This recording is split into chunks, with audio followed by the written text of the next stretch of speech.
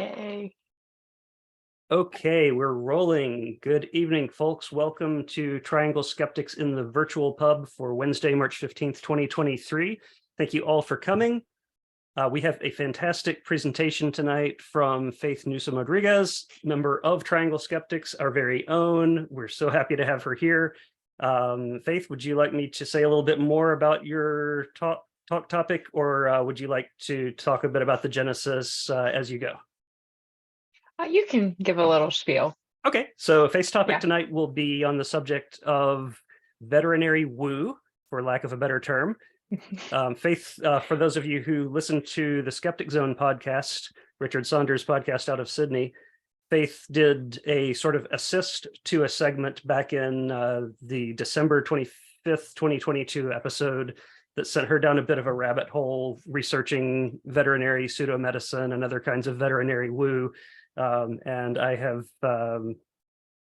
kind of nudged her to see if we could develop this little rabbit hole into a much bigger rabbit hole that actually becomes a talk that hopefully she'll eventually present at the Sunday papers at CSICon or something. I don't know about that. So Faith, I'll turn it over to you. Okay, so I'm going to share my screen and let's see. Okay. Can we all see that? Very cute doggo. Yes. It should be animated, but it won't be because I'm using Mac and PC, and I'm on a Mac now. Ugh. But we'll just deal with what we have to deal with. So as Jeff said, I had the opportunity to do my very first podcast, like help assist with that back on Christmas of all days. My friend Adrian Hill, who works with the Skeptic Zone, had asked me to help do some research, and because I have a cat, and we'll talk a little bit about her. I was hoping Ramiro would be here so the cat could kind of do a little cameo for us because she's in his office. But she had kind of wanted to get my perspective, particularly around CBD oil. And I've already had my own experience with trying to navigate the big, huge field that is what I like to call, we called it veterinary woo, but I think science-based veterinary medicine is probably a better term. After doing a bit more of a deep dive, and there's more rabbit holes possibly, Jeff, that I found that might be really interesting to go in and look at, because there was a ton of information and I tried to condense everything down. And I really did rely on a particular blogger called SkepVet. And I'm going to heavily promote him in his blog during this talk, and you'll kind of see why. But he has written a book that I am also going to recommend for our book talk, our culture club. And his Amazon profile, there was a particular paragraph that I thought was really relevant to kind of share. And this is kind of how most of us, if most of you have pets, you kind of feel like really overwhelmed trying to just navigate the market for pet products. And he does a little good summation of this, and I'll just read it verbatim. Whether online or in the local pet store, there are a bewildering variety of pet healthcare products and services to choose from. Diets, supplements, ancient herbs, folk remedies, and even high-tech treatments like hyperbaric oxygen tanks and laser therapy. And everything promises to give your pet better health and a longer life. And isn't that what we all want? But how do you know if all these products do what they claim? Are they safe? Are they really these miraculous cures? And if they really are, why are so many offered only on the internet or by very few veterinarians specializing in alternative medicine? And when I was reading this, what I've learned through this whole putting this presentation together is this is kind of a very muddy area for us to navigate. There's some things that are very clear, and then there's a lot that's not clear. And I'm going to introduce Ruby. This is my cat, Ruby. We adopted her at about age 10-ish, and she's now 16-ish. And in human years, that means she's about 80 or 84 years old. So she's the geriatric cat. She's an old lady. A little bit about her background is she is four paw declawed. We did not do that to her. She came that way to us. I know there's a hot debate about whether you should declaw cats or not. That's not even part of this topic, this presentation. But she does have a couple of health conditions. She came to us with something called mild hypertrophic cardiomyopathy.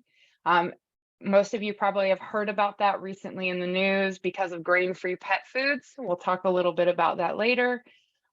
She also has something called a mediastinal branchial cyst. I don't even know if I'm pronouncing that correctly. She just has a cyst in her heart chamber, or near her heart. It's not really that big of a deal. Nobody's concerned about it. But she also has stage 1 to stage 2 chronic kidney disease. Also has suspected chronic inflammatory lung disease. And more recently, she has been diagnosed with a soft tissue mass in her nasal cavity. And I'll get into a little bit more about how a lot of this stuff is relevant. But just to kind of get a little bit of background of her health, and I'm not going to go into this too detailed, but a lot of her problems kind of started for us in 2019. That's when we realized she had UTIs that turned out to be what's called stress cystitis. So there isn't any bacteria that's occurring there. It's just inflammatory. And this was kind of weird to me that this could happen with cats. And a lot of times this is behavioral. So treatment for this, as you get into it, there isn't any real good protocol. We found out she had chronic kidney disease when we got her annual echocardiogram in 2020. And that is when, so height of the pandemic, we're all trying to adjust everything. And I'm told my cat has kidney disease. You have to put her on a kidney diet. You have to do all this other stuff. And it was just like, whoa, whoa, whoa, whoa, whoa. And then in September, like not even a month later, we started to deal with a big, huge bladder infection that was actually due to E. coli. And they also saw something on x-rays and scans that they told us could be cancer. So I had to do the whole fun stuff of juggling around from specialty hospitals to try to figure out, what is this? How do I keep myself emotionally in check? How do I stop my cat peeing everywhere? How do I make her comfortable? And then they also told me she had lumbar arthritis, which was pretty bad. And so all this is going on at a point in time where you cannot go into the vet's office and see your animal or be with your animal. Like I was in a car at 1 o'clock in the morning talking with the veterinary assistant, and Ruby's full name is Ruby Bader Ginsburg. So this was also around the time that Justice Ginsburg was very sick and when Justice Ginsburg passed away. So I was dealing with personal stuff with my cat, but also the existential shit show that was 2020, for lack of a better word. I hope it's okay to cuss during this presentation. So you can I found myself in a situation where I don't know what to do. I don't know how to navigate all of this information. Stuff's being thrown at me. And then we get into where she's had multiple like UTIs and they've kind of gotten better. They're not as frequent. Most of them are now occurring around stress, which I found is pretty common with cats. And now we've got she had a bloody nose in January of this year and now has a nasal mass. And as I've put here, I have abandoned or refused treatment procedures that I know are or would not be, I meant to put not in there, but would not be helpful or beneficial for the above issues. This is due to stress for my cat and as well as quality of life issues for her and also cost. And yes, I have felt guilty telling my vet that, yes, I stopped the chronic kidney disease diet. She refused to eat it. I stopped subcutaneous fluids, which is a treatment for chronic kidney disease, because she was cooperating with that initially. And now it turns into, I'm not going to restrain my cat on the floor and put basically this large needle underneath her skin where she's trying to fight me. It doesn't make me feel good. It doesn't make my cat feel good. I know that this is something I'm supposed to do, but it's stressful. It's also stressful when she urinates inappropriately in places. She doesn't know any better. She doesn't know that what she's doing is wrong. She doesn't. And so what do I give her? Do I give her these products that are marketed in my vet's office, or do I go and try to find an alternative way? And so I'm going to introduce SkepVet. This is Dr. Brennan McKenzie.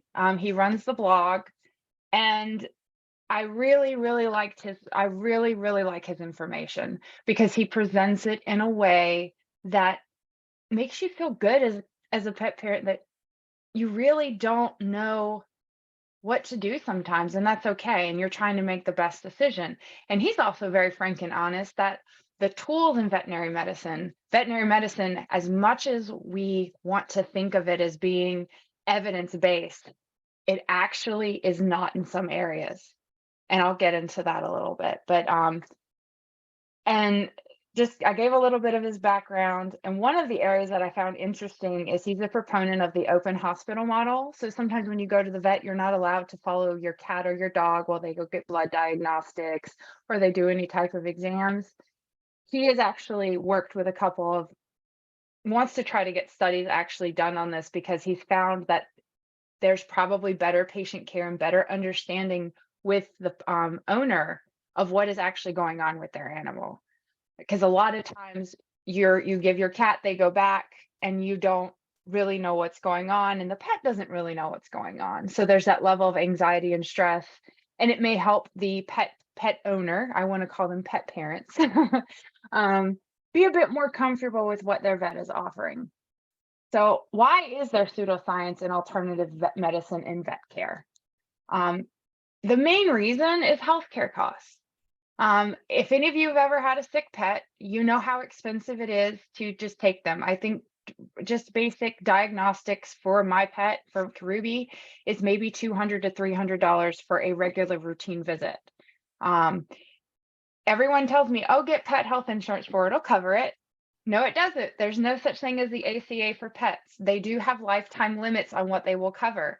They exclude routine and preventative care a lot of times, and they do exclude pre-existing conditions. So if I got health insurance for my cat now, it's not going to cover anything that's going on with her because it's pre-existing. Pet insurance is good for emergency situations, or if you do have a catastrophic illness happen, you have to have it before it happens. I was doing some reading, and I'll get to it in the next slide, that they do cover some pretty expensive, heavy stuff if you have it. But there's also a big, huge issue with research, limitations in research and lack of studies. Cost, nobody wants to do anything with it. And then also that we, anthropomorphize or personify our pets. We call ourselves pet parents. We call them fur babies, fur siblings, fur sisters, fur brothers, emotional support animals, service animals. We look at pets as being an emotional investment when in actuality, legally, they're just their property. We can't get pain and suffering from someone if they, kidnap or kill our pet.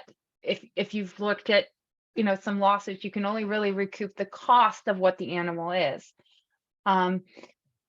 Excuse me. And also the piggybacking on human health trends. It's anything that really follows in the human health world. I've noticed there's been a following somewhere, particularly in food. So a cost example, I'm just going to give you lymphoma in dogs. So according to the FDA and the Leukemia Lymphoma Society, in 2021, about 70,000 dogs and just over 90,000 people in the US were diagnosed with lymphoma. And in dogs, that makes up almost a quarter of cancers. So I would be thinking, looking at those numbers, if it makes up a quarter of dog cancers, why don't we have any treatments for it? And mostly that is because it's very expensive to run these clinical trials. It's very expensive to find places that will do this research. And there is no cure currently for lymphoma in dogs. It is treatable with about 94% of dogs relapsing. And when you hear those numbers, a lot of people think, oh, this is horrible, this is awful. With treatment, most dogs will be in remission anywhere from 1 to 2 years. And that's pretty good if you look at the average lifespan of a larger dog as being 10 or 12. I mean, you're giving them a really good chunk of their life back. But treatments are expensive. It can cost you upward of $5,000 to $10,000. And you sometimes cannot get certain treatments if they've relapsed within 2 months. The only other option is a bone marrow transplant. And I actually ran across an article in WREL last month where I found out there's a local family that is trying to get a bone marrow transplant for their dog. And there's only 2 places in the world that does this. One is NC State, and another is Bellingham Veterinary Hospital, which is in Washington State. And according to NC State's website, they've only treated 100 patients since 2008. And it can cost you anywhere from $20,000 to $30,000 for this treatment. Insurance can cover the cost of this. I did find somebody who had a nonprofit started for her dog, and she said insurance covered about 14,000 of the expenses. But this is difficult to do. We know how difficult cancer treatment is in humans. Let's put that with a dog. The dog is already sick. The dog is confused. The dog doesn't know what's happening. And in order to do something like the bone marrow transplant, your dog has to be inpatient 2 weeks, for 2 whole weeks, and or under anesthesia for 4 to 5 hours for them to do that bone marrow transplant. And if they get sick, their white cells drop while they're being monitored. They have to be put in isolation. This is pretty stressful. It's also a lot of time, resource, and energy for the hospital staff to do this. And the type of cancer that they're treating here, B-cell and T-cell lymphomas, they're non-Hodgkin's. And they are what are called, I believe, indolent lymphomas. I don't have a screen up to double check myself, but they are some of the more aggressive cancers. And so, this is just one example of cost. The lack of studies. The FDA regulates all pet clinical trials, but the time to run them and the money used is prohibited, even though the sample size and the study length is decreased. That was something interesting I found out, is that because dogs don't live as long as humans, you actually don't have to run a trial as long or as with as many subjects because of the population and the age. Drug testing is costly. There's low return on investment. And I think a lot of people get upset with that, but we look at childhood brain tumors. There isn't a lot of money put into that because we're trying to figure out the cost benefit analysis of, like, imagine how much research wasn't done in the last couple of years because we were trying to get a COVID vaccine out. You have to kind of weigh your options here. And the FDA does a lot of off-label approval of human medications for dogs without any clinical trials at all. And we will talk about this a little bit later, but Dr. McKenzie does say that the vet world would be crippled if they could not do this. I would not be surprised if some of the medications you get, I'm going to talk about gabapentin in a little while. Some of these medications we're giving our pets that we know work in humans or work somewhat well in humans may not actually work at all in treating what we want it to treat in pets, particularly when it comes to pain. Obviously, the replication issue. We don't have the time and resources to do these studies, so we really don't have time and resources to keep replicating. And we know that happens in the human world. Like, the pressure to publish is huge in human research studies. So there's the replication issue there. This is what we're facing with pet studies. And there's also limited institutions. I was looking at cancer, particularly with oncology. And there's only 32 vet schools in the United States, and we only have 1 in North Carolina. And there's 158 med schools. And I was looking at cancer clinical trials, because there's a website you can go to where you can enroll in clinical trials for your pet. I think only 26 to 25 of the vet schools in the US were actually a part of that, and 16 non-academic settings. So you're looking at that's like 1 facility per state that's doing this. And there's just not a lot. So also the research limitations. Even if we do get a research study, we have problems with regression to the mean. Sometimes pets will get better independently without medical intervention. I don't know if anyone here has decided to enroll in a clinical trial, but a lot of times people will go to a clinical trial when their pet is at their worst. So example here for seizures, they wax and wane. An owner may just be like, Fido is having like 50, they've had 50 seizures this week, things are really bad. I'm going to go enroll them in this clinical trial. but naturally he may just go back to having baseline seizures after having clusters. So there's that regression to the mean issue that may be happening because of the type of patients they're getting. They rarely ever include placebos. This was something I found. There was no placebo controls in a lot of these studies, which I don't know exactly why that is, but that was just something I noticed. Placebo by proxy, another good limitation. Who gives the information to the doctor when you go to the vet's office? You do. They can't turn to your cat or dog or your horse or your farm animal and say, where does it hurt?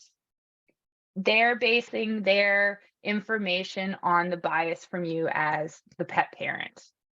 And I'm going to keep using that word, pet parent. And you want to see that there's a positive effect. And so you're looking at anywhere that you can find that. And that's where you get into the Hawthorne effect, where we're looking, you're more likely to be compliant with giving treatment protocols if you know you're being watched. So you will probably be more compliant to give your dog that medication, even though you know that if you were probably to do that, any other time, you may not be, he's stressing out to give it to him, or this is just a fight to try to get him to take the pill pocket with the pill in it. I mean, that's what I did with my cat. I would find pills that we put in the pill pocket, I'd shove it down her throat. I'd come home from work and I'm like, why is there a halfway dissolved pill sitting on my chair? I was just like, why am I wasting the money on this medication if my cat's not going to take it? So I have kind of made a personal decision. I will not give my pet any type of medication in pill form. It either has to be injectable, liquid, or compounded into powder where I can just give it to her, just because I know she won't take it. And so the trends I have highlighted in red, the ones that I have personally kind of researched and looked at. But you have anywhere from vaccine, anti-vax. Anti-vax does pop into the pet world, and I will get into that.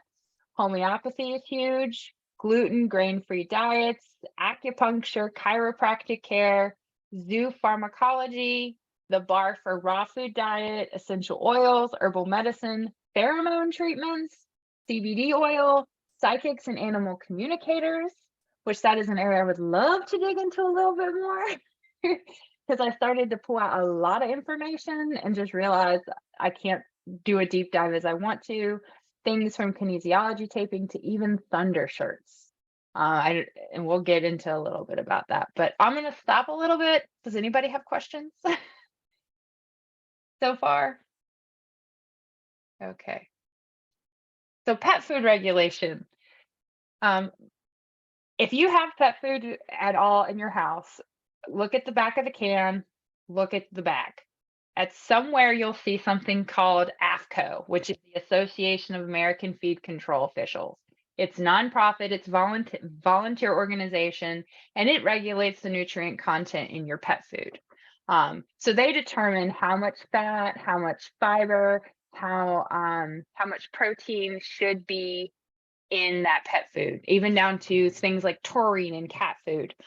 They determine what are acceptable minimum contents. And if you slap somewhere on your pet food container that this is complete and nutritionally balanced per AFCO standards, it means that you're meeting this requirement. I believe I was reading that they are in the process of trying to find some signature label or just image that they can slap on the cat food or dog food, because right now generally it's listed in the back of the ingredients. They don't require clinical trials to be done on the food, except for prescription diets. If they are going to be prescribed to treat a medical condition per FDA guidelines, they have to meet the requirement because they're making a health claim. So with this regulatory board, a lot of people want to talk crap about Purina, Friskies, what is the cat food I feed my cat? Fancy Feast. They call them the crap cat foods, the Walmart of the pet foods. But they generally all are AFCO funded. And what a lot of people also think is they're full of crap and full of junk. No, it's actually more cost effective for them not to include unnecessary ingredients because of the product that they're making. So we'll get into grain-free food. This is, if you go into the pet store, about a little over 50% of all the new food on the market, or the food you'll find in the pet food aisle, is going to be marketed as grain-free. And this came about in 2007. There was something called melamine that was found in wheat gluten, and this happened in China, and it got into the pet food supply. It also was found in rice protein, and then it got into baby formula, and it affected both wet and dry foods. And it affected, I have the Wikipedia article for the recalls if anybody wants to look at that. The American College of Veterinary Pathologists actually went in and looked at this and determined that it was a combination of the melamine and cyanuric acid, which is a chlorine stabilizer you'll find in your pool products. And they believe that both of them combined was what was causing kidney failure. So this is really kind of, I think this plus all the health trends that were happening around that time kind of made a perfect storm for pet food companies to say, we're going to market grain-free products. And what I've noticed is that grain-free tends to be kind of interchanged with gluten-free or carb-free.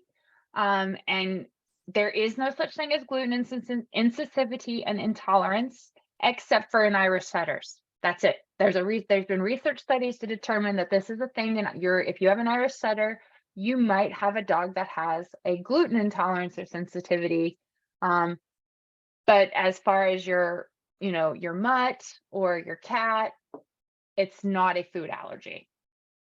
And so this also kind of brought on, after this happened, the raw food diet, or what they call BARF, which stands for biologically appropriate raw food. You can buy this in the refrigerated section. It can come freeze dried, or you can make your own. There is a company called Darwin, of all things, that markets raw food. And they use hype and buzzwords to, I even looked at it thinking, oh, Darwin, I'm a skeptic.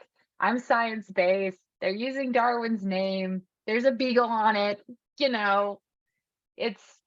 They're making claims that it gives the pets more energy. It's more nutrition over a commercial product. And there's been no studies to show that this is actually proven beneficial to feed your pet raw over a conventional diet. In fact, it does increase the risk of foodborne illness. There have been listeria and salmonella contamination of this pet food. And not to mention, if you feed your pet a raw diet, they recommend that you do not let the dog lick, touch, do not pet your dog, do not interact with your dog for at least 30 minutes after they eat, and don't let them play with toys at the risk of cross-contamination. And it's just like, this is a lot of work. This is a lot of work to make sure your pet doesn't cross-contaminate anything. And then you have to put bones inside of this food to make sure that they're getting some of the minerals and nutrients that they need. And it can result in your pet breaking teeth. And they're also suspecting possible periodontal disease. They're doing more research studies to see that, but also risk of inadequate nutrition, amino acids, and deficiencies. Particularly one is in taurine. If you do not have the appropriate amount of taurine in cat food, your cat will go blind. It is amino acid that they cannot make. And all commercial pet foods, I don't think Purina or anyone else is going to decide not to introduce it, decide to just limit their taurine in their pet food at the risk that it's going to kill a crap ton of cats.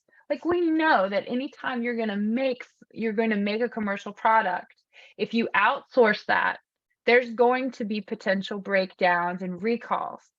And I think we have this confirmation bias that if there's a recall, that means that they've done something wrong. And it's like, no, it means the regulation and oversight that is built into the system is working as intended.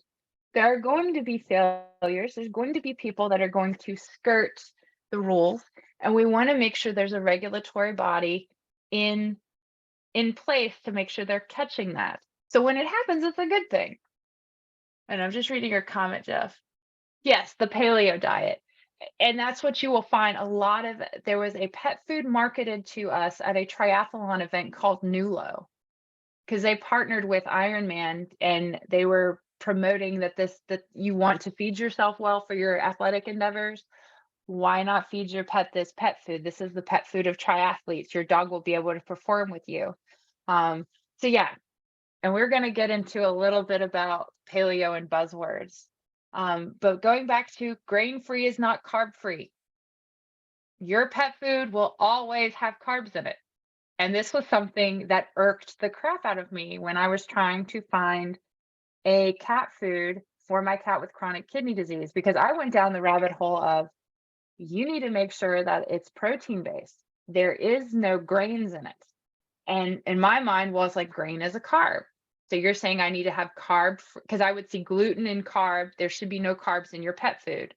Cats and dogs can metabolize carbs. They can. And in fact, sometimes carbs are needed in your pet food to actually make it bind together. You cannot make kibble without a starch or a grain component.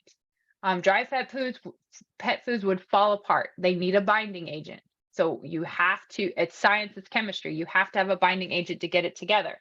So if they take out the grain, they're putting a starch or another carbohydrate in place. And in fact, you'll see where they will put in rice, brewer's yeast, flaxseed, sorghum, potato starch, oatmeal, barley, all those things. So I would look at my grain-free pet food and I would say, why does this have rice in it? Because rice is, in my mind, is technically, I think of it as a grain. It's a carb. Why would you put that in there? Why would you put the brewer's yeast in there? And some people have issues with putting things like brewer's yeast into a pet food because it's a byproduct for manufacturing. Well, the whey protein that I drink is a byproduct from cheese making. So if you are so concerned about feeding your pet a quality product, you generally are going to be concerned about the environment, climate change, keeping your carbon footprint down. So brewer's yeast is a byproduct for making beer. What are we going to do with it? It's actually quite smart to use that product to put it in the pet food because it brings nutrition into them. And I think because we have all gotten so caught up into the idea of the chemicals, of the way food is manufactured, particularly where you see where pets are getting cancer. And that could be just a effect of just it's being reported more and it's being caught more frequently. So the same thing, like where people were thinking there was a rise in autism and it was just we got better at diagnosing it. That this, I think, is piggybacking off of that. But you'll see peas, carrots, cranberries, tomato, pumpkin. Like there's a local pet store. If you guys are familiar with Fido, Fido is what I like to call the Whole Foods of the pet market, where your PetSmart would generally be the Walmart, where you're going to find your Purina, your Alpo, your Royal Canin. You're going to find the big box brands. If you go to a place like Fido, which is spelled PH, not FIDO, but they don't carry a lot of the commercial foods. They'll carry a lot of the off-brand, the more holistic, like Tiki Cat, Nature Grain, Darwin. And I would pull, because these were pet foods that were recommended to me because they are better for your cat. They have better wet food. They're lower in phosphorus. This is what you should feed your pet. And I was noticing, like, there's pumpkin in this. Like, how can pumpkin be good for my cat when I'm not supposed to give it? Like, I just literally got confused.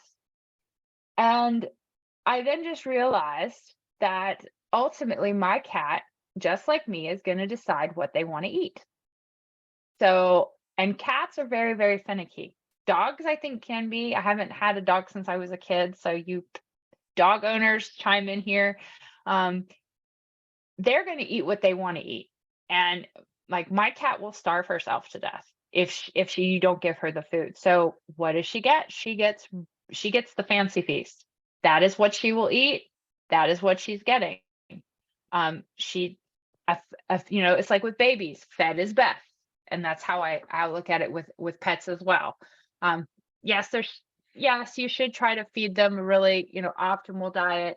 But if they want the crappy food, especially since my cat is 80, she gonna get what what she wants. So, and this is a picture of a Blue Buffalo product.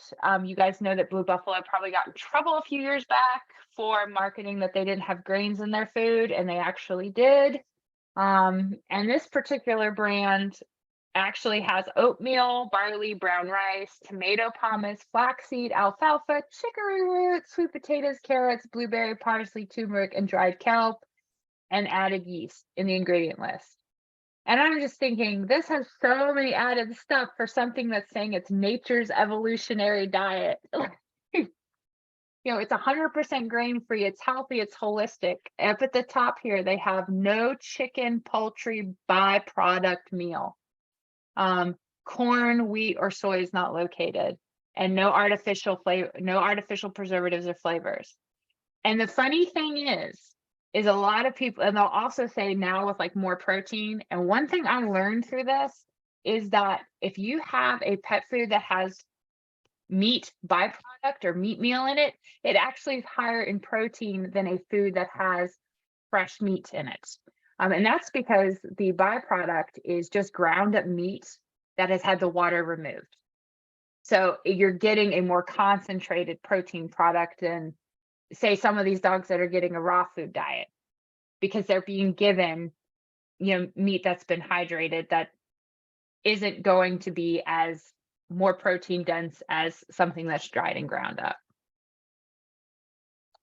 And going through just a little bit of buzzwords, human grade is not a thing. There's no such thing. It's misleading. Like, is there human grade chocolate you can feed your dog? Like it's just not real. Holistic, natural, organic, non-GMO, free form, no added ingredients. These are not actual terms I discovered that have any backing. No fillers. It's not a thing. Like, because they'll think like you're putting sawdust in the pet food.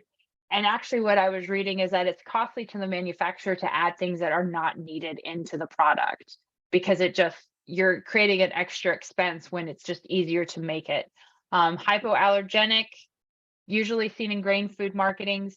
This is not an actual thing, because most of your pet allergies are environmental and not food-based. So sometimes you'll see limited ingredient. And I apologize for the misspelling. I did not catch that. And you'll see superfoods. And again, back here, the meat byproduct or meat meal. These are all misconceptions to kind of get you to buy something because you might think it's a little bit healthier. So now we're going to get into the area of medical treatment. So I'm going to start off with zoopharmacology, and I'm sorry this cut off a little bit, but it's basically the belief that animals kind of know how to heal themselves. So we know that there are chimps, tamarins, brown bears, and parrots that will eat things like leaves, seeds, and clay to dislodge parasites in their gut. We know catnip in cats mimic sex hormones from the chemical in it. This also is, hold on. It also promotes the belief that pets know how to self-medicate and treat their own ailments. And this is really harmful. You'll see this if you see this terminology on a website or a vet's office, this should send your woo-woo alert up to just double check everything that you're reading, because it promotes the naturalistic fallacy. If it's natural, it's better. Zoopharmacology is beneficial in that a lot of the times it's used for guiding research. I was seeing a lot of how it's really promising for cancer research, using it as a baseline, even treating parasite and digestive issues. But the problem is it's often used to promote and support holistic and alternative treatments. So it's one of these words that's kind of just taken a life of its own. We're going to talk a little bit about homeopathic pet meds. I'm not going to go too heavy into this because we all know, I think homeopathy is one of those things we've talked about in the skeptic world pretty much to death. But as I was saying earlier, Chewy Chewy's actually owned by PetSmart, and Fido is a little boutique pet store. And I did a search of their website for different brands that had homeopathy medications, and I had a really hard time finding anything labeled homeopathy at Fido. If there is something there, it's probably pretty masked in what they offer. But you go on to Chewy, you can get Homeopet, which this is a lovely product that they offer that will treat anxiety in all of your animals, basically your dog, cat, bird, rabbit. Nature Pet, NutraPet Organics, Fifth and Fido, and Pet Alive. These are all product companies that will market their homeopathic medication to treat the variety of issues. And as you can see, we have one called chronic Lyme disease that in the regular health world, that is a contested condition. There is no scientific backing research to show chronic Lyme disease is actually a real condition, and yet it's being promoted in dogs and cats as we can treat this. And I did do some review of people's claims and recommendations on the website, just their reviews. And it was rather interesting seeing a lot of these people were using these medications coinciding with other treatments. So, and saying that they worked. So pheromone products, this was something that I found myself, hold on. Yes, a single product to treat all of the causes of anxiety. I was shocked about that too. But pheromone and calming products, this was something I started looking at when I was dealing with the inappropriate urination with the cat, because obviously inappropriate urination can be a result of stress in some pets. And so this product, Feel Away Classic, I actually do have the diffuser right here in front of me to prove that I actually bought it. And I think this was like $30 or $40. And to me, it was my vet's office actually has this out front. And I'm okay with that. And I'll get to a little bit of why I'm okay with that later on. And I went to Vet's website, and I wish I had found his article about this, because I probably would not have purchased the product. But the research studies on this are very poor. There's poor bias controls, poor protocol, and a lot of the studies saying it works are funded by the company that makes this product. So there are no really independent third-party studies to show that any of this has worked. Even though they're making these claims, like clinically proven effective in 9 out of 10 cats. This is not based on good research studies. And I did notice that these were products being offered at the boutique pet store as well as the big box, and even like my vet actually even recommended this to me when I went to see her. And the Thunder shirts, this was something I was really surprised to hear, is that there have been no actual studies done except by the parent company on this product. And SkepVet talked about the Amazon reviews. He found about 40% of people were reporting that the product did not work.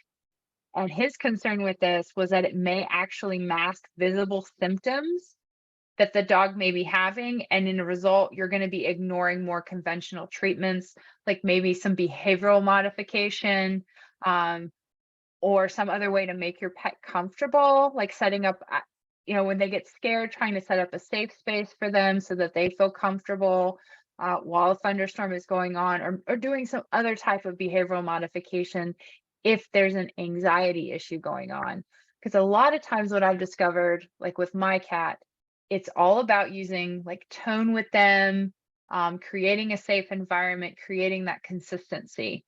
And sometimes I was starting to notice when I was looking at some of these products that a lot of times behavioral issues were what they were saying their product would help you with, when a lot of times what I think some of this comes down to is structure for the animal, and depending on the particular animal and the issues that they have, is addressing behavioral modification.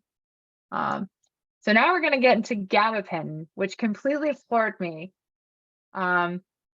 because this was a medication that I swore, like, oh, I even said this during Skeptics trivia. Like, I give this to my cat because it's been scientifically proven that it works. And I thought this because every vet I've gone to when my cat has anxiety or has pain, they have given me a prescription for this. And so when I was reading his studies, it basically came out there's very limited studies in pets to show this works.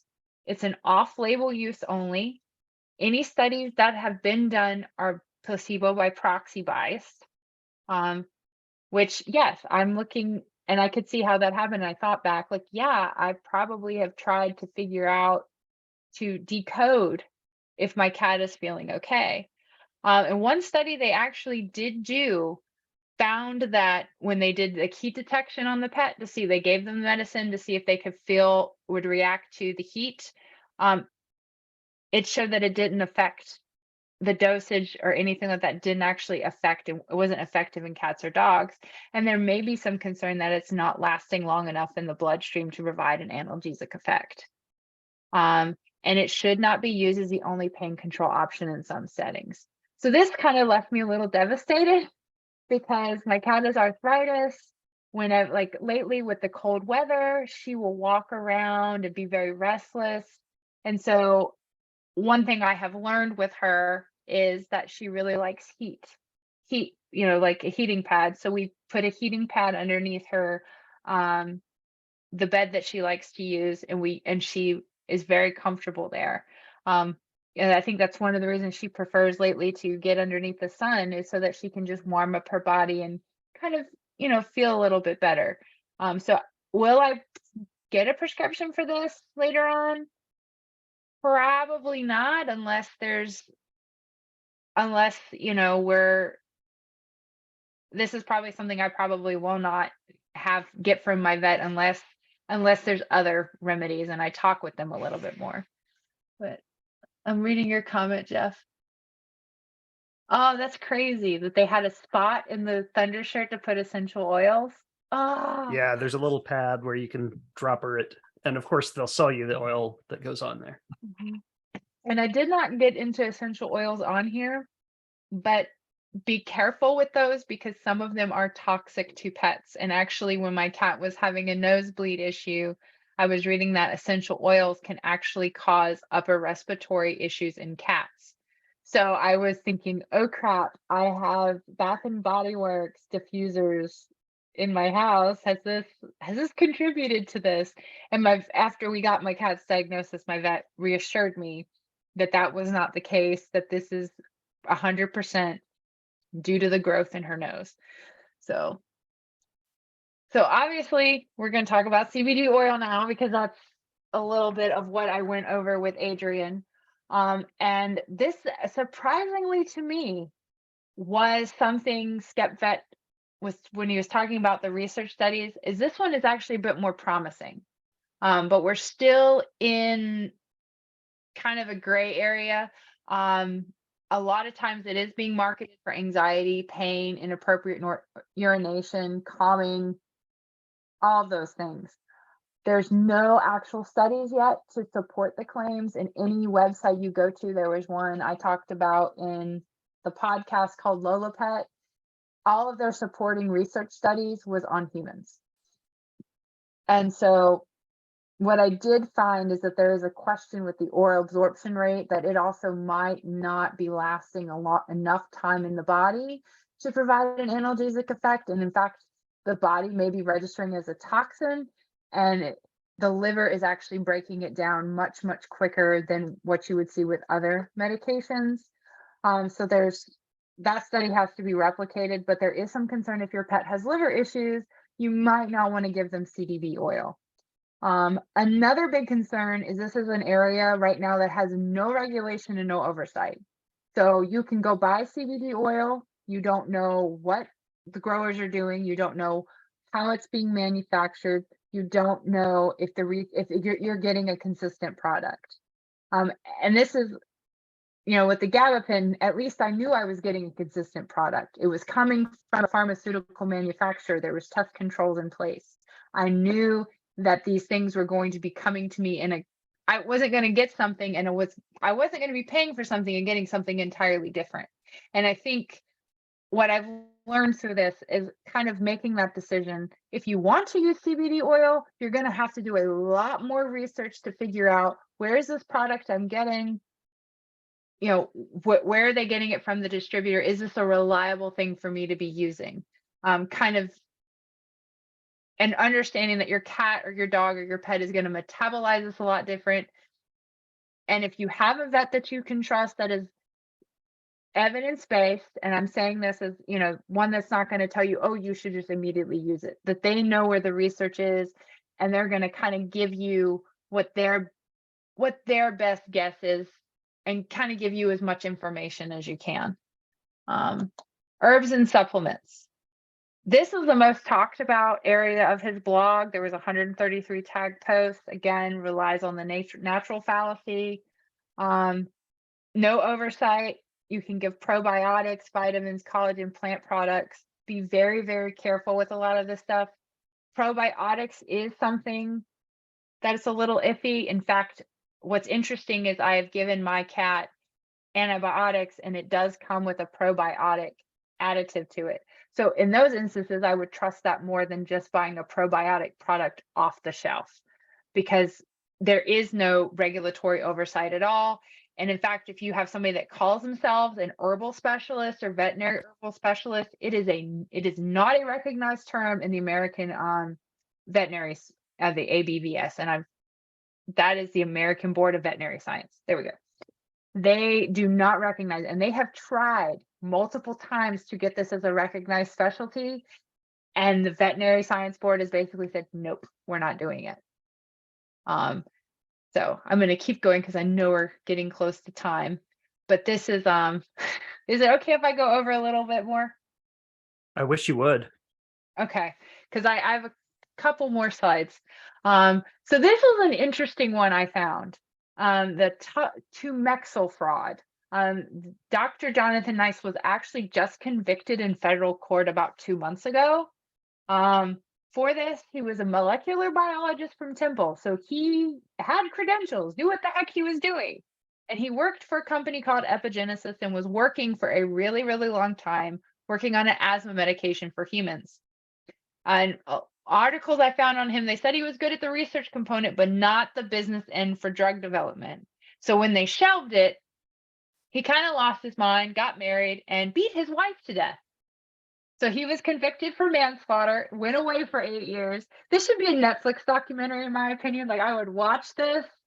It's just, I'm just really intrigued to learn to learn a bit more about this. But he was convicted of manslaughter, and just after he got out, he started this Tuxamel Nutrizone cancer medication that he was selling online, and started marketing it in 2012, and had it under the guise of, oh, the FDA has agreed to this. So this is a clinical trial. And what he was doing in reality was buying bulk ingredients, mixing everything up, and charging people.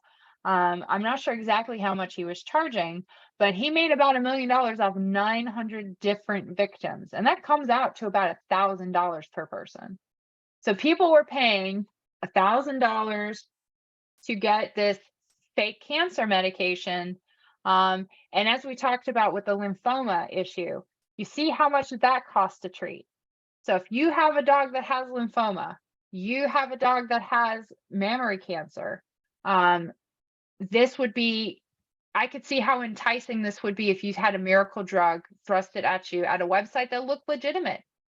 This guy made FDA claims. And that's why he was convicted. He was convicted for wire fraud and illegal drug trafficking. And I don't think he's been sentenced yet. But this was one of the sadder situations, because your pet has cancer, and you may have issues being able to make. You're making a tough decision. Do I treat it? Do I euthanize my dog? Do I euthanize my cat? How much money can we afford to treat this animal? And this, I think, we talk about some of the lighter stuff like homeopathy, but it trickles in to big, huge stuff like this, where people are so desperate. It's like when you join, people get sucked into cults at their most desperate. You're more likely to get scammed or fall for pseudoscience and get taken for a ride when you're at these big emotional crux. So this was huge to see somebody get taken down like this. And it took them 8 years. Like, he was making false claims for 8 years. And it took the FDA and the federal government that long to be able to take care of this, but he's gone. So that's a good thing. So now we're going to reach into the lightheartedness, and we're going to talk a little bit about kinesiology. And I found this hilarious. This is an actual picture. I can't remember the zoo that posted this, but they used kinesiology, or what they call KT tape, kinesiology therapeutic tape, on this elephant. And I want to know exactly what this is supposed to do and who had the responsibility of trying to apply this to the hindquarters of the elephant, because this is just hilarious to me. So applied kinesiology is not recognized, obviously, by the Veterinary Medical Board. One of the interesting things that I saw when I just did a Google of kinesiology services is that there was one lady who's going to take that. Yeah. And what's interesting is if you Google, you can go Google pictures of KT tape on cats. And I'm just thinking, like, that's just stuck to the fur. That's like not on the skin at all. Like, your cat cooperated. Like you're bitch, Barbara. You're bitch, Karen. Like, you put tape on me. Well, hairless cats are a thing, but this was cats that actually had hair on them. You see it on dogs as well. And usually it's marketed to kind of help joint support. So, some breeds will have issues with dysplasia. This is generally marketed to them. Horses as well. I think Ramiro had mentioned he had gone on a bike ride recently, and there was a horse he saw in the field that had all this colorful tape posted on his body. Yes, exactly. Yeah. But it's used to, what's interesting is that they'll tell you it can help treat allergies, skin issues, but they tell you not to apply it to animals that have allergies or skin issues if they're in an active flare. And oddly enough, they tell you not to put this on your pet if they have cancer or lymph flow issues, because the KT tape is supposed to help simulate circulation, and we don't want to simulate circulation in an area that's bad. And again, no study showing benefit from placebo. But another thing I thought that was hilarious was there was a website that I had gone to, and it was explaining how they could do remote connection visits with your pet. All you had to do was send in a fur sample, and they would be able to assess your pet online or over the phone for you.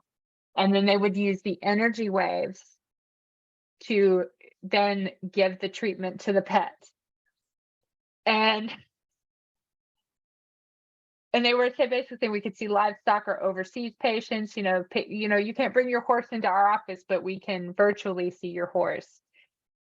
And I was just kind of floored that anybody would kind of buy into that. But then I saw there was a veterinary hospital in Asheville, actually, where the veterinarian graduated from state of all places, and she is promoting kinesiology as a diagnostic tool on her website. She had a disclaimer that says it is not intended to diagnose or treat, but we use it as a diagnostic tool to help us get towards your diagnosis. And I was just like, this is a veterinary, this is somebody that's gone to an accredited, acceptable vet school, and they get sucked into this. And one of the reasons I think vets get sucked into this is that there is limited, as we talked about, limited research studies, limited information. And a lot of time, we do know that veterinarians have a higher rate of suicide compared to the general population. I had a friend who is a vet over the pandemic that decided to close down her veterinary practice because of how stressful it was for her.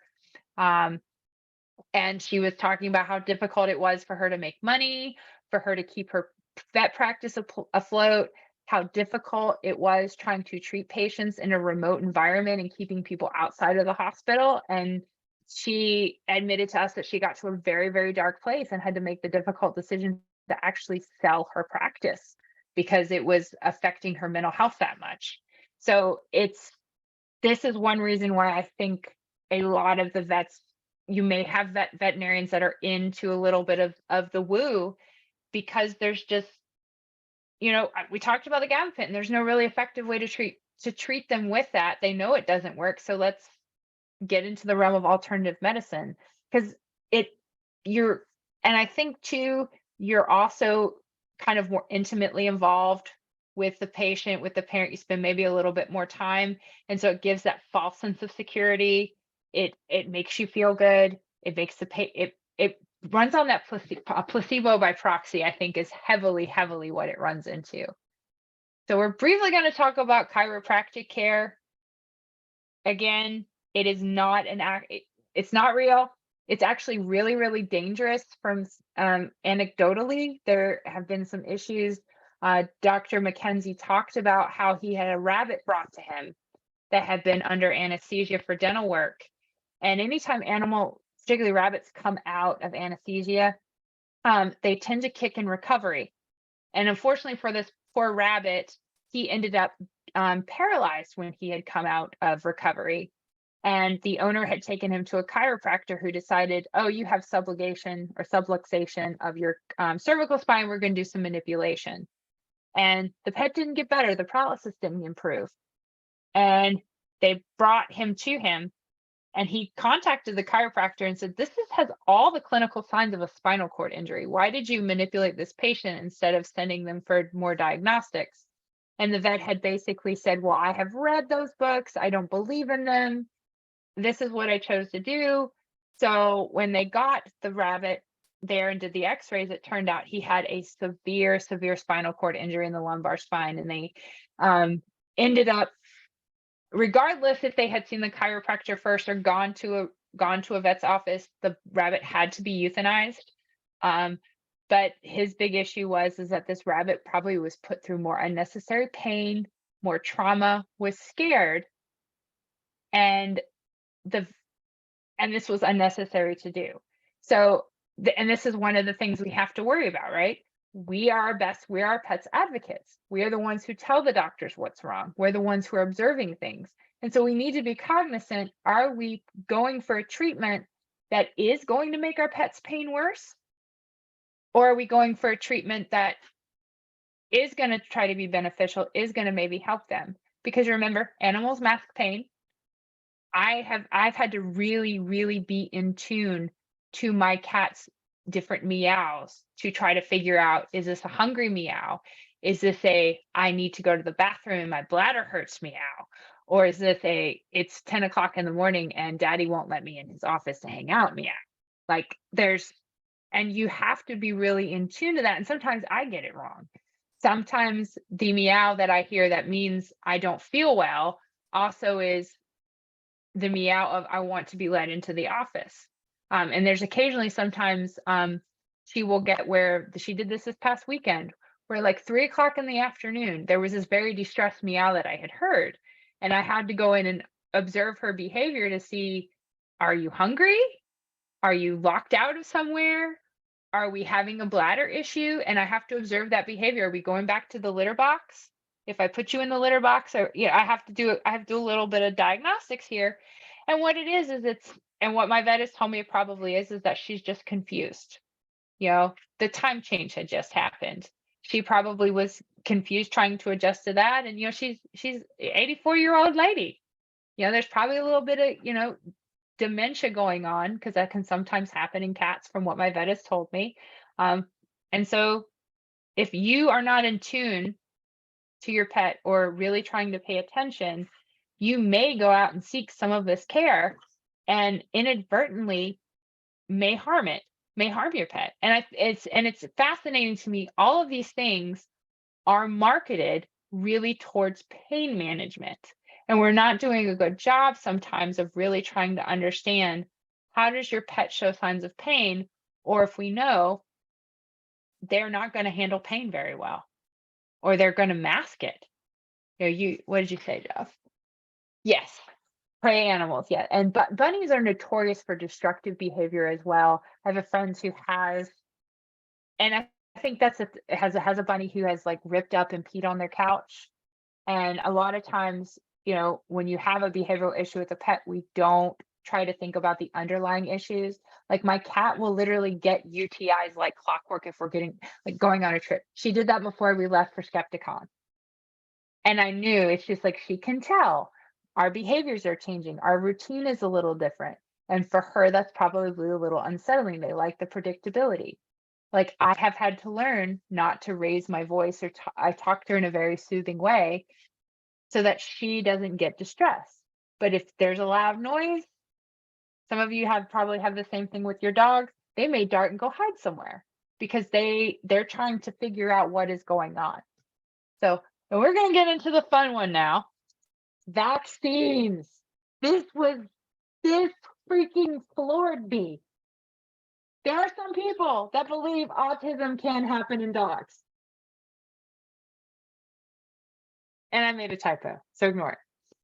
And how they rate autism is repetitive behaviors like tail chasing, walking in circles, distress at breaking normal routines.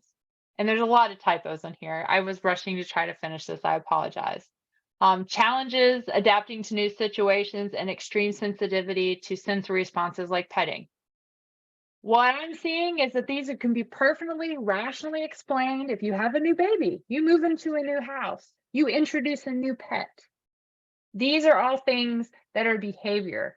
And what was fascinating is reading his article, Dr. McKenzie's article on this, was that in bold it says vaccines do not cause autism in multiple places, but also doing a really good job of stating that we don't really know if there's autism in dogs. That's like a whole other issue, and we don't have good diagnostics, and it's a language issue. Twofold, because autism is a issue with language development and communication between humans, and dogs don't use language the same way that we do to communicate. So we can't say autism is a thing in dogs. But what really kind of struck me is there's this condition called chronic rabies or miasma. And it's mostly seen in rabies vaccines. Sometimes they will state it happens in parvo and other places. But this goes back to homeopathy. It's like when the mind, body, or emotions of an individual will manifest signs of a disease without actually having it. So there are people that believe if you give your dogs a rabies vaccine, they may express some of the rabies behavior. So that may be excessive licking, sensitivity or overreaction to noise, frequent or spasmodic sneezing, choking, gagging, sensation of flea bites or itching. A lot of these things I see in normal. My nephew has a dog. A lot of these things I've seen as normal behavior in her. Like these are things that the symptoms that they were listing, like rage, agitation, violence.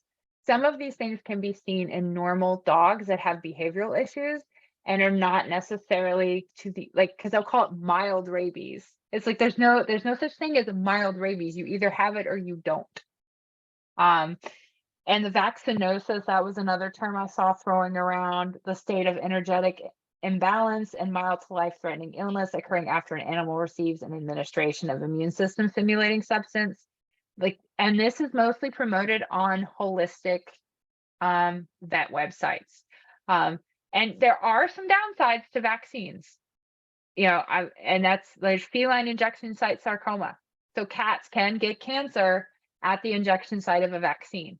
It's a very rare occurrence. They figured out if we just move the vaccine injection sites around, it doesn't really become a problem. And if it does, we just amputate the leg if it does develop, and your cat will be fine. So me personally, I would think I'd rather have a 3-legged cat than worry about my cat catching rabies or catching feline leukemia, because there's a vaccine for that now. I don't want my cat to get any more ill with certain things. And by law, you are required to have a vaccine for rabies, and they have a 3-year one now. So you only have to take your pet in every 3 years to get inoculated. And there is some communication about some vaccine schedules with pets if they need to change doing some more frequently than others, but that's a whole other situation, and that should not give credence to not vaccinating your pets at all. And pet communicators and psychics, this is an area I would love to dive into a little bit more. I actually found a video that was very interesting, and I will actually post the link in the chat so you guys can look at it at your leisure. Hold on. Okay, there we go.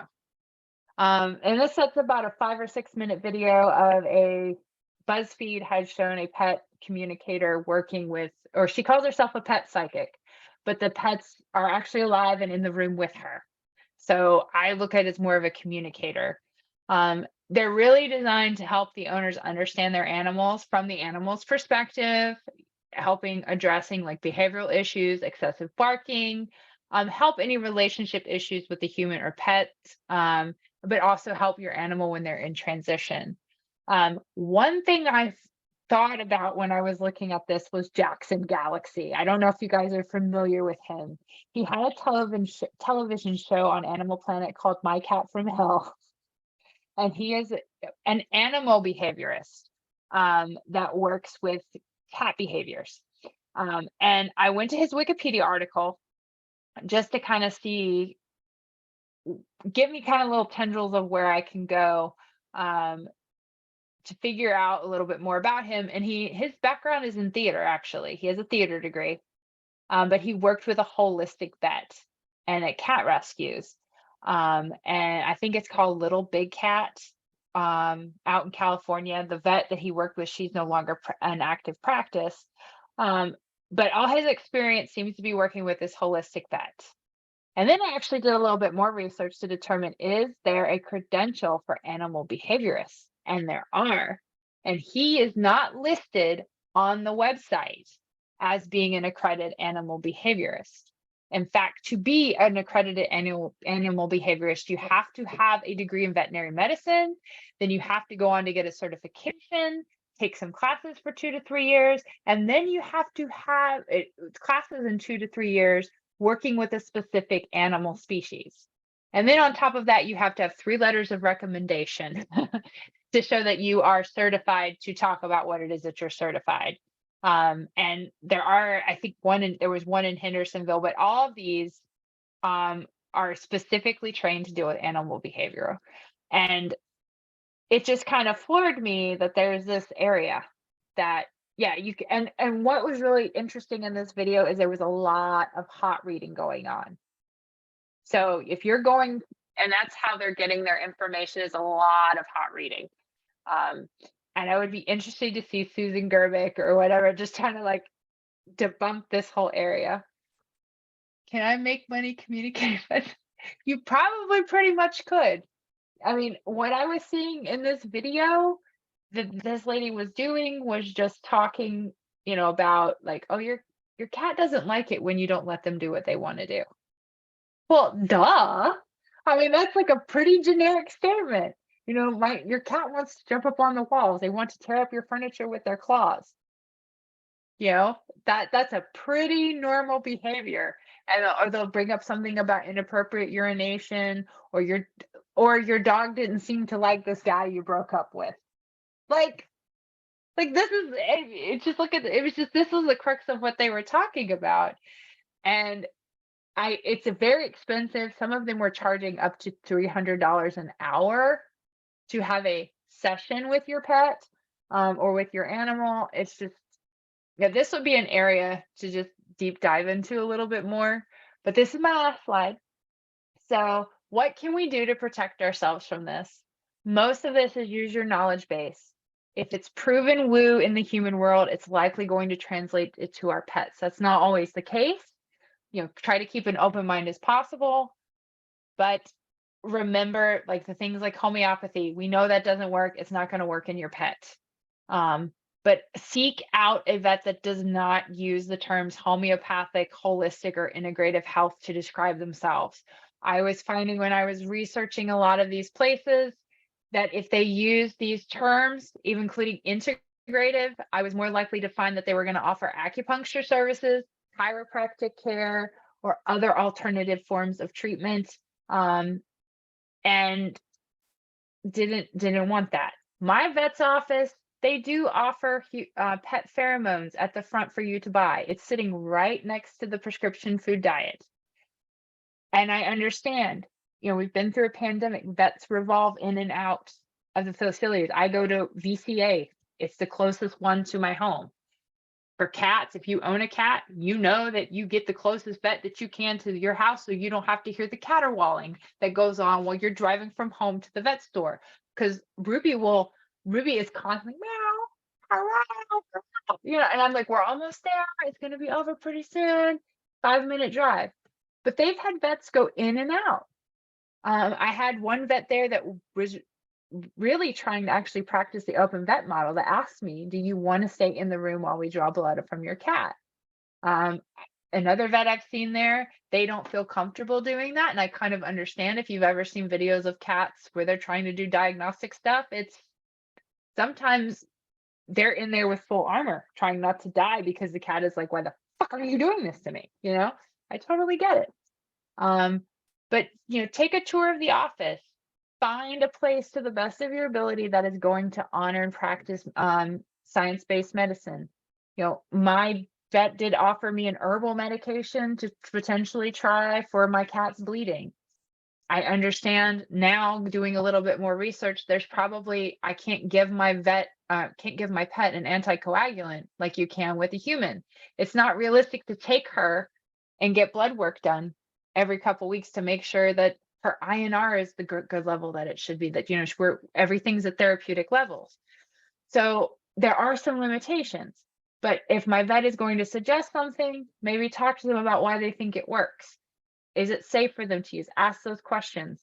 I don't think you're going to be able to find the perfect vet that's not going to present some bit of woo-woo. And he does talk a bit about how to pick a vet or how not to, like what to avoid. I can put these articles in the chat and even into the meetup if you want. But he also has a book I'd like to add about placebos for pets, the truth about alternative medicine in animals. And it's actually on sale on Kindle right now for 59% off. Just plugging it in there. Just to kind of help you navigate more information, or just point it to somebody that may, need to talk about it. So, but that's my presentation.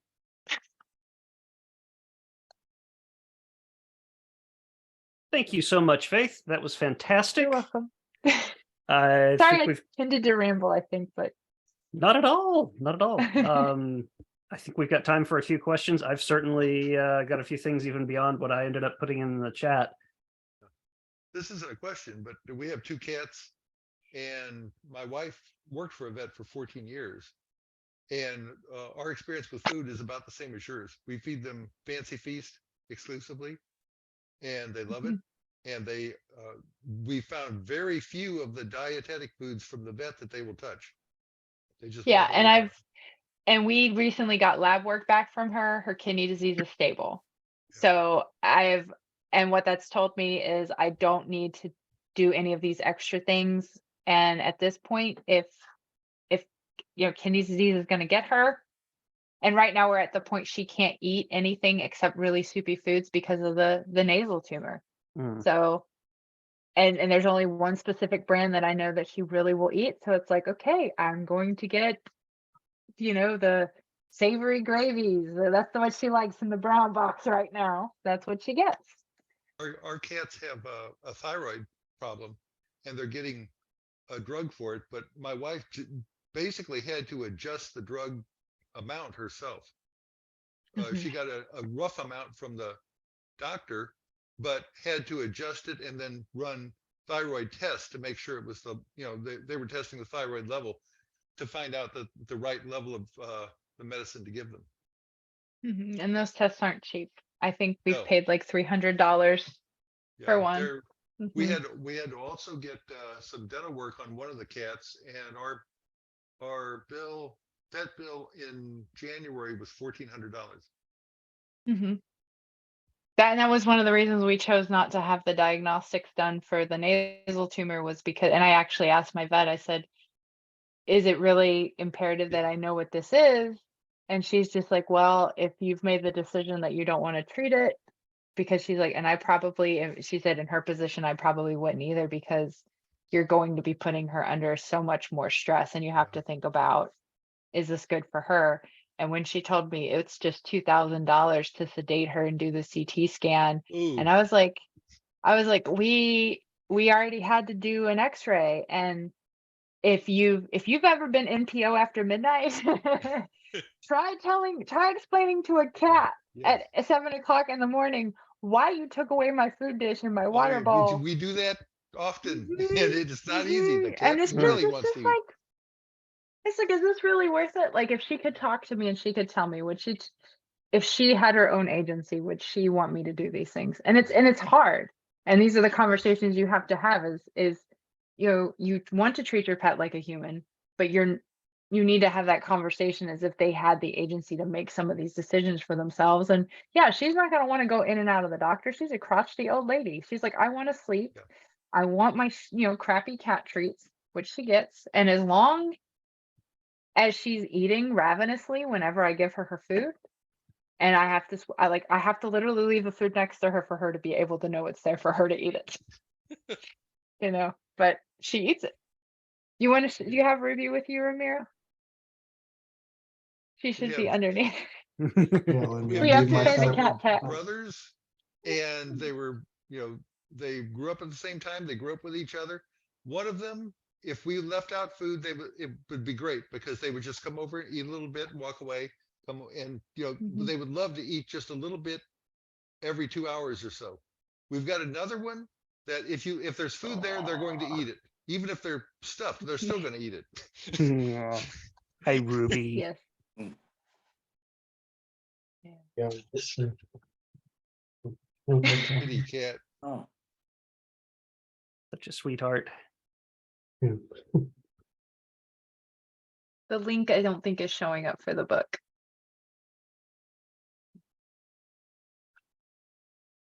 She's all Yeah, she confused. might be dying.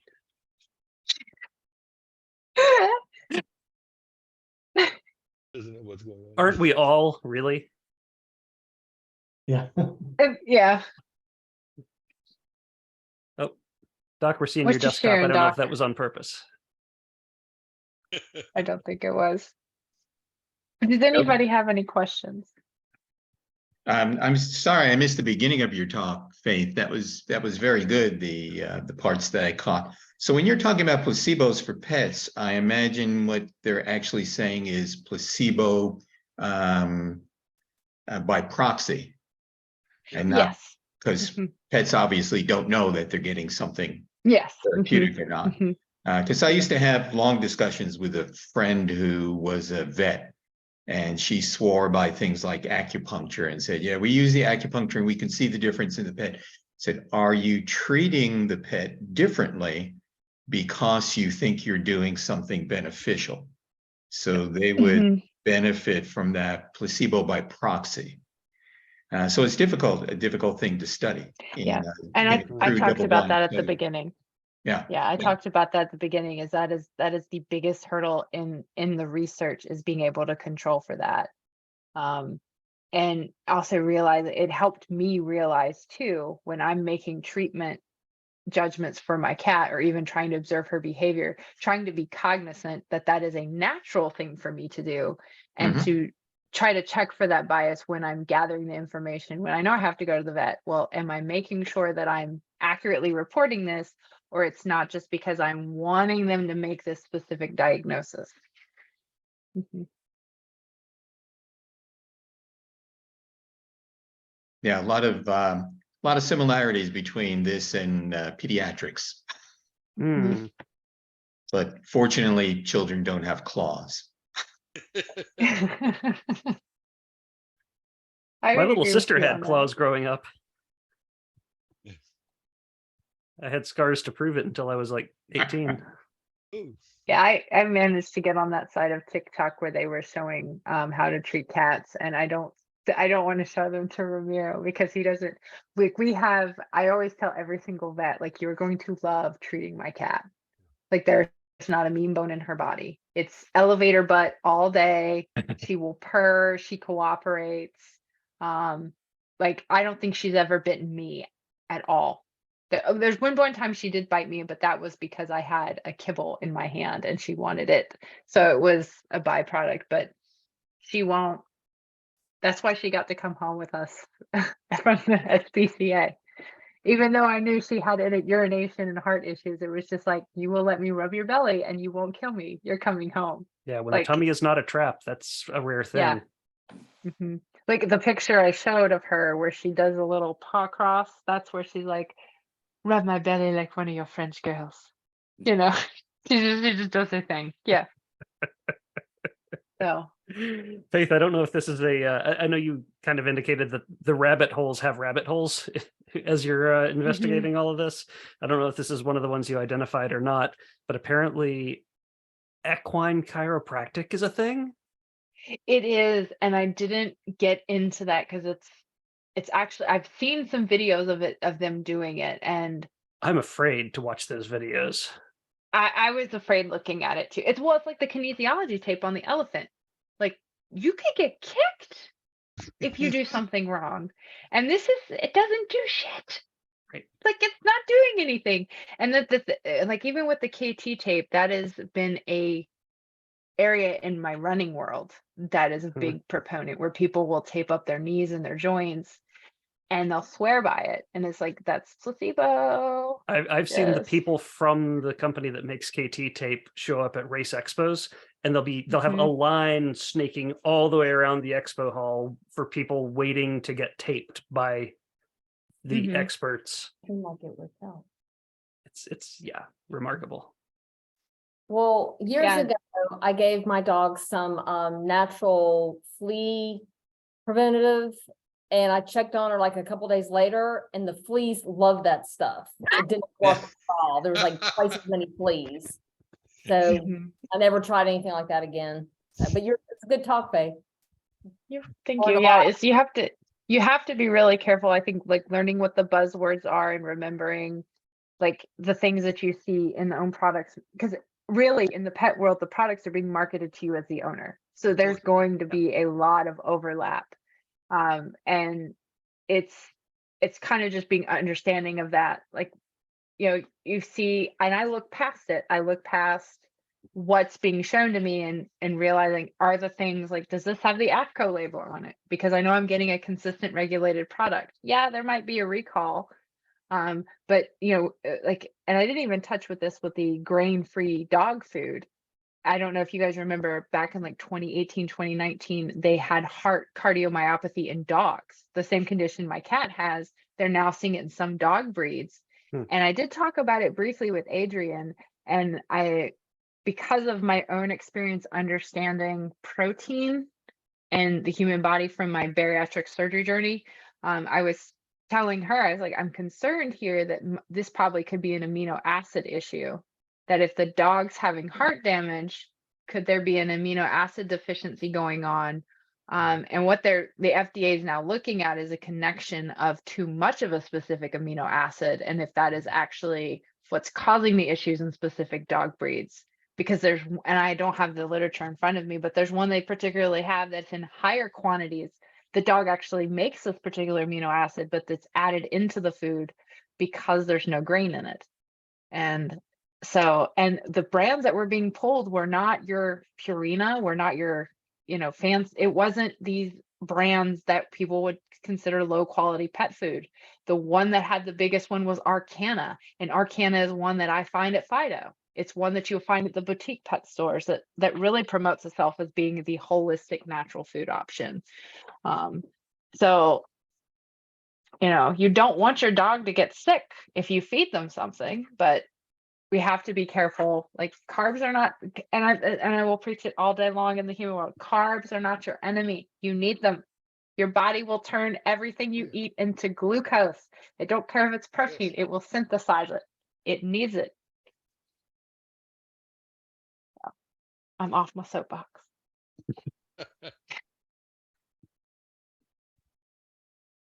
Okay. Anybody got any other questions for Faith? Awesome. Or Thank you comments. so much. This was really fantastic. Really You're appreciate welcome, you and putting it together for us. I will probably look more into pet communicators and equine chiropractic. If you need Chiropractic, some real world experience, I can You tell you got when a some? show is where the animal communicator will be attending.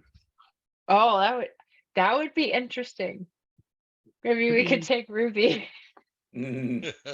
Oh, you don't have don't to have the pet there with you in person, of course, because it's hard to like bring a horse to the horse communicator Yeah. who just has Well- like well, a the- booth inside the The covered same arena, thing right? with the kinesiology, like we can do it virtually. Yeah, we can connect over the ether or whatever. Yes. Ah. You can lead a horse to the communicator, but you can't make him speak. Truer words were never spoken. Ah. Okay, well, thank you everybody so much. We're still working on what April's going to be. I'm starting to think that April's third Wednesday event will be, of all things, an in-person social kind of event without a lecture of any kind. So if some of y'all have ideas for places we might want to try out, I know a few of us got together at Boxyard RTP back in December, and it was way too cold for that.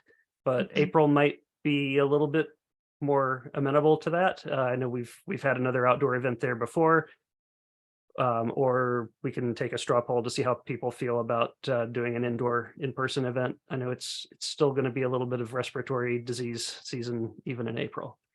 I want to make sure everybody's comfortable. Yeah, it sounds cool, but like, you know, I'm all the way over here in Greensboro, so I don't know if I'll be able to go over there. So, Well, we hope you can make it out, Jack. I know you did come in December, and I appreciate you making that trip. thank you. All right. Well, until then, everybody just keep your eye on the meetup announcements, and we'll see those of you who are coming next week for Culture Club. We're going to be talking about You Are Not So Smart by David McRaney. I've just gotten through the second chapter and I'm hooked. So if you haven't made a start on that yet, I'm really enjoying it. And Jeff, I just plugged the link for how to pick a vet or not pick a vet, and Oh, great. the link also to the book, which I Fantastic. actually think I'm going to pick that one up because, yes. All right, we'll get that one added to the queue if that's the one you had in mind for the Yeah. for the pipeline for Mhm. Culture Club too. Great. Okay, well, I will And put it's some of the I'll put It's some of the 59% off. ooh, hey, act Yeah. now. I'll put some of this chat stuff into the comments for the event so that it'll be preserved for the record. And I'll get this up on YouTube soon, and I'll see you next week. Okay. So the meeting's over. Bye. Yeah, we're gonna go ahead and Yeah. disperse. Thanks for coming, All right. Jack. Thanks everybody. No problem. Is this thing still being recorded? We've been Yes. recording up till now. I'll probably We can cut it. stop recording. Yeah, Oh well, I it's can fine. definitely. Either way is fine for me. So, thank you anyway. Well, it's nice hanging out with you guys. Yeah.